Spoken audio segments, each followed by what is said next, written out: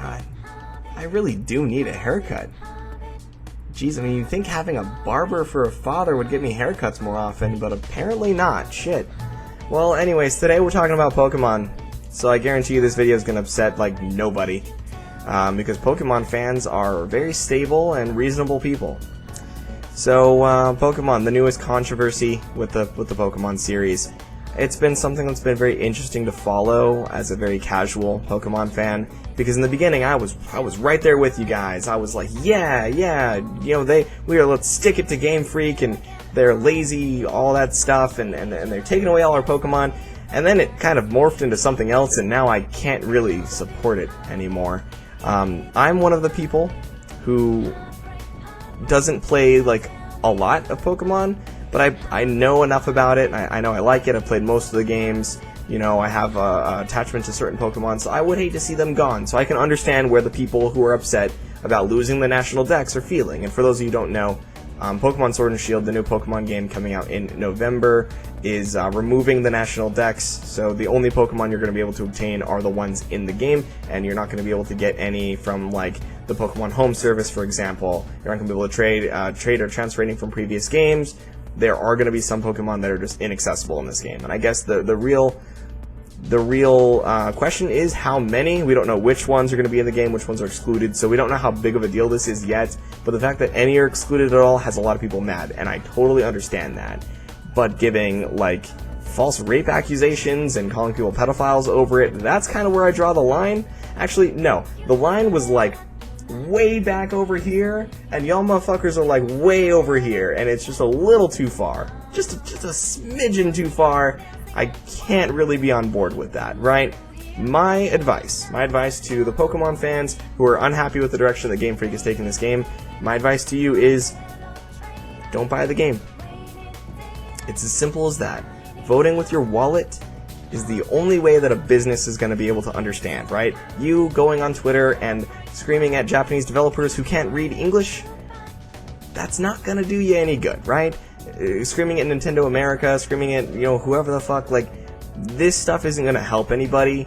Your change.org petition isn't helping anybody. Just don't buy the game.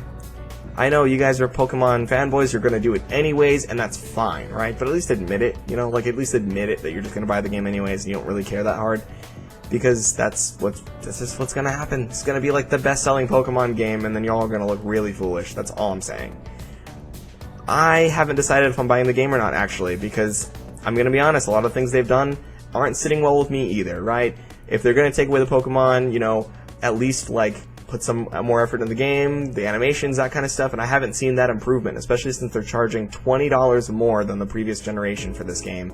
And, like, yeah, it's the first one on a home console, but I don't know, I'm not seeing the $20 worth of improvement, so I might not even get this game at launch. But that's beside the point, right? Like, that's completely irrelevant. Like, that's just me. If you guys aren't liking what they're doing with the game, just don't buy it.